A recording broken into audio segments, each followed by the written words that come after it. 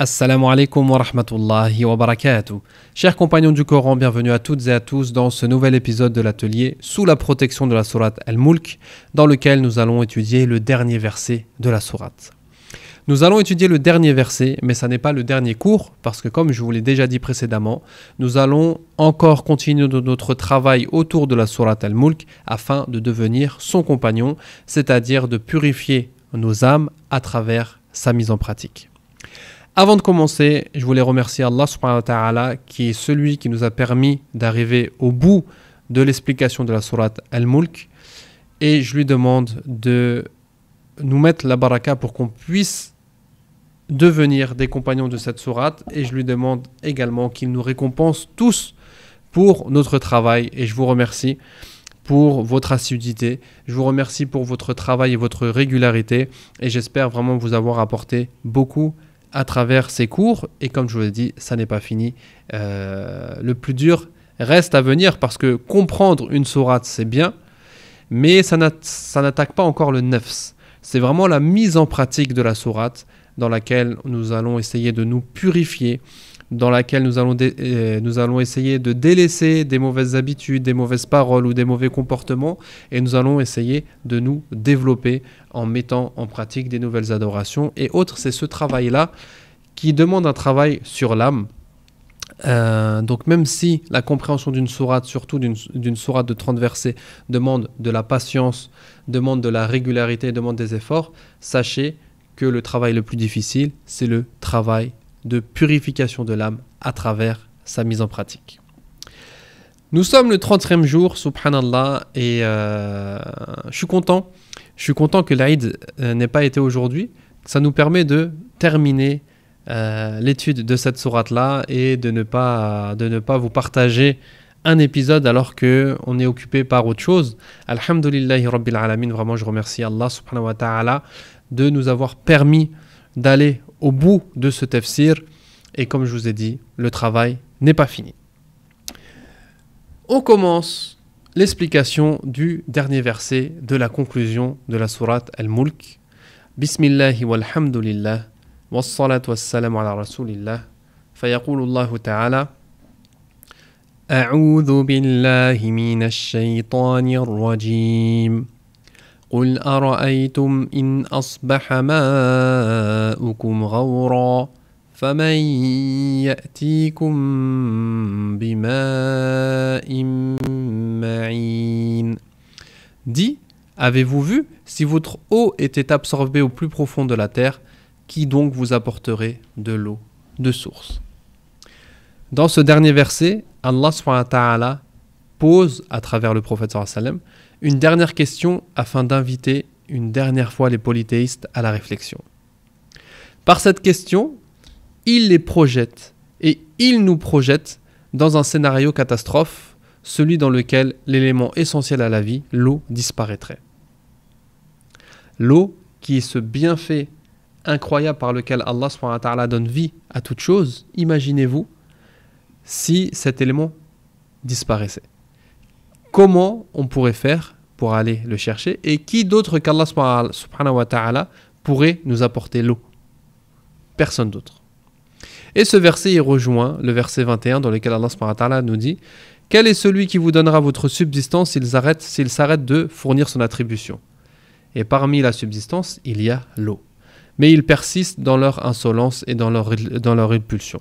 Donc Allah subhanahu wa ta'ala, plusieurs fois dans cette sourate-là, il appelle les polythéistes et les mécréants à réfléchir et à se poser des questions existentielles. Honnêtement, si Allah subhanahu wa ta'ala fait qu'il n'y a plus de pluie, si Allah subhanahu wa ta'ala fait que l'eau soit absorbée par le sol, qu'il n'y ait plus une goutte d'eau sur terre, comment ferions-nous et vers qui on se tournerait pour demander l'eau? Est-ce qu'on se tournerait vers les idoles, vers les fausses divinités, ou est-ce que tout le monde se retournerait vers Allah subhanahu wa ta'ala? Et c'est ce qu'on fait, subhanallah, à travers la prière de l'istisqa, la prière de la demande d'eau, de la demande de pluie. Quand vous vous trouvez dans des régions désertiques ou des régions très chaudes comme la péninsule arabique, c'est couramment que dans les mosquées on fait salat al-istisqa, les prières de demande de la pluie, parce qu'il y a des périodes qui sont vraiment très sèches. Ce verset parle aux Arabes car il rappelle l'histoire du puits de Zemzem, miracle d'Allah attribué à Ibrahim et Hajar, soumis à Allah subhanahu wa ta'ala. On rappelle donc, ce verset, il a également une notion historique. On a vu que dans la sourate, Allah subhanahu wa ta'ala, il interpelle les mécréants par la création, par des questions, par des images, par des bienfaits et par des faits historiques. Et là, Allah subhanahu wa ta'ala, il fait une allusion aux faits historiques que tous les Arabes connaissent avec le puits de Zemzem.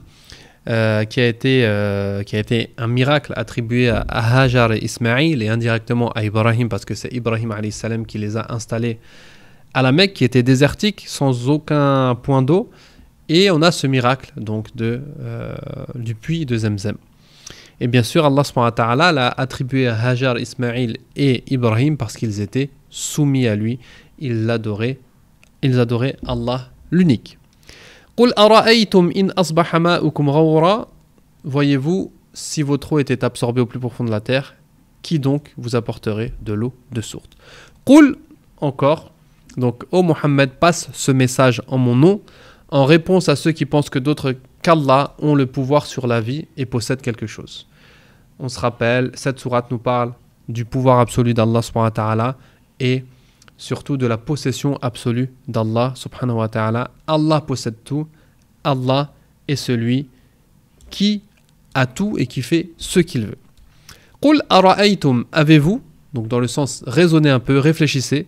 C'est une question rhétorique qui a le sens de la négation et du blâme, bien sûr. Personne ne peut venir avec de l'eau si Allah subhanahu wa ta'ala décide de nous en priver.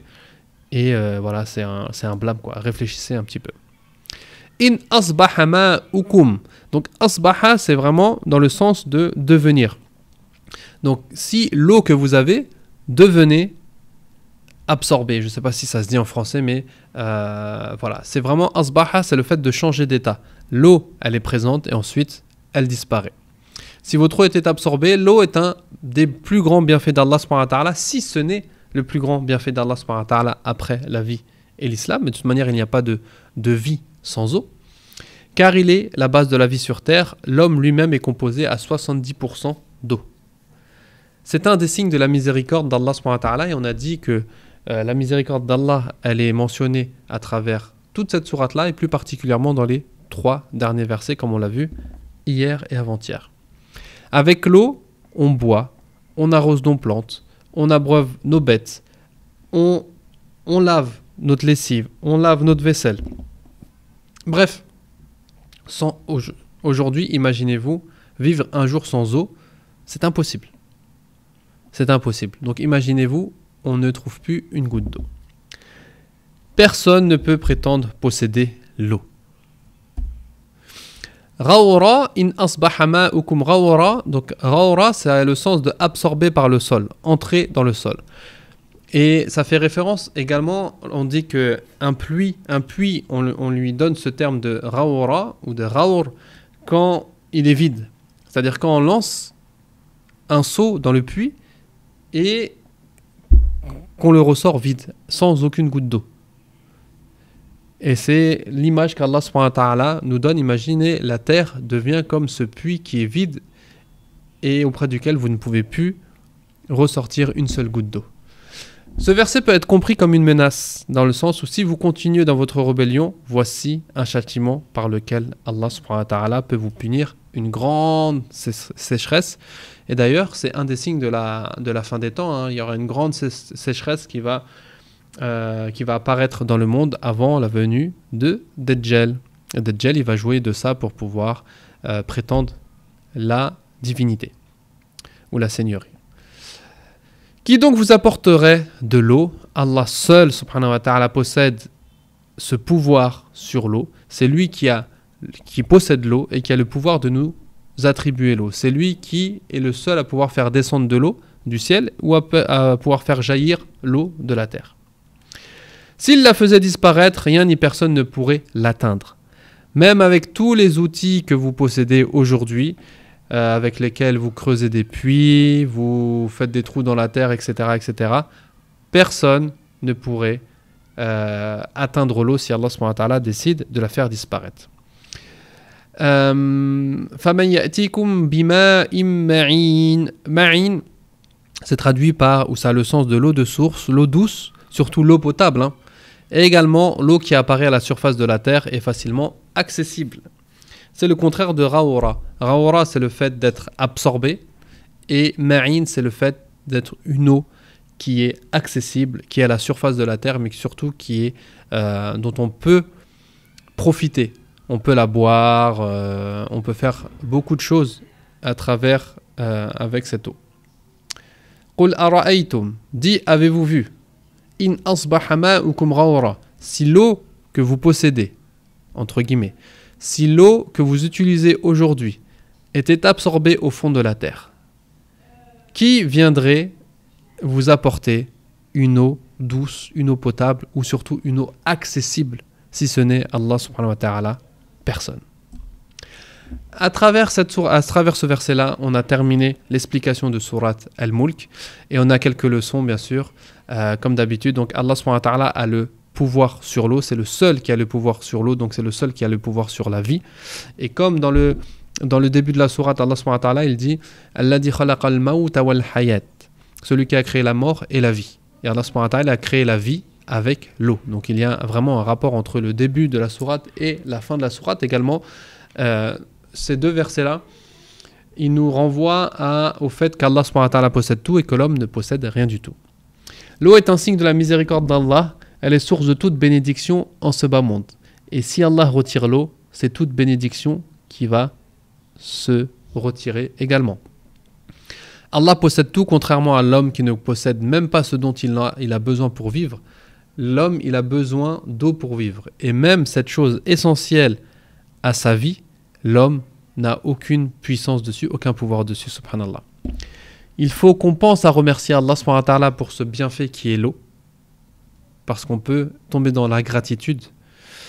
Et le prophète sallallahu alayhi wa sallam, dans plusieurs hadiths, il nous donne l'importance de ce bienfait qui est l'eau. Et il nous rappelle également qu'on sera questionné à propos de l'eau et notamment de notre utilisation. Attention au gaspillage. L'importance de prendre soin de ce que nous avons, donc attention au gaspillage comme vous avez, prendre soin de l'eau pour pouvoir avoir la baraka dans ce bienfait, et l'importance de placer notre confiance en Allah subhanahu wa ta'ala, lui seul, qui peut nous apporter l'eau. Dans le prochain épisode qui sortira mardi prochain, Inch'Allah, à 8h du matin, on reprend les bonnes habitudes et les horaires que l'on avait avant le Ramadan. Il y aura un résumé de la sourate et avec une idée de mise en pratique. Et d'ailleurs, je vous demande de réfléchir dès maintenant et de partager vos avis en commentaire en répondant à cette question. De ce que j'ai compris, qu'est-ce que je dois mettre en pratique? À votre avis, d'après ce que vous avez compris de la sourate Al-Mulk, qu'est-ce que vous devez mettre en pratique? Je veux une seule phrase. Je dois nanani nanana. Je dois nanani nanana. Ok? Essayez de faire ce travail. Pour ceux qui sont déjà sur l'Institut Deviens compagnon du Coran ou l'Institut Vivre le Coran, c'est un travail qu'ils ont l'habitude de faire, donc il n'y a pas de problème.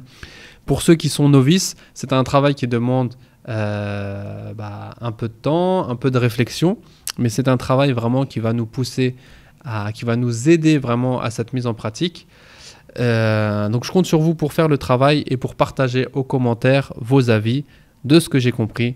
Qu'est-ce que je dois mettre en pratique? Qu'est-ce qu'est la recommandation pratique principale de cette sourate? Et moi, Inch'Allah, je vous réponds dans les commentaires.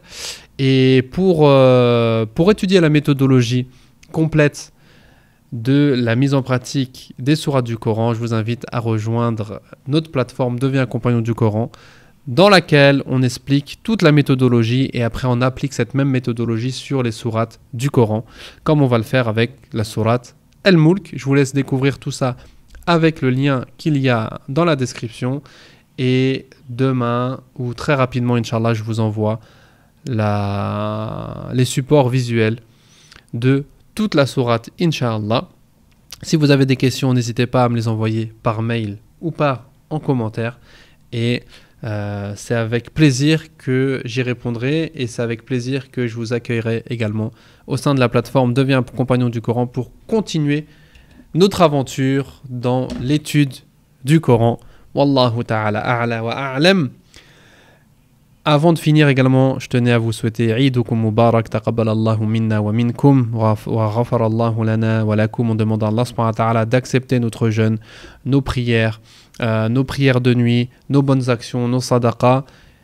Et on demande à Allah subhanahu wa ta'ala de nous faire vivre encore de nombreuses années pour qu'on puisse vivre et profiter de ce mois béni pendant encore de nombreuses années.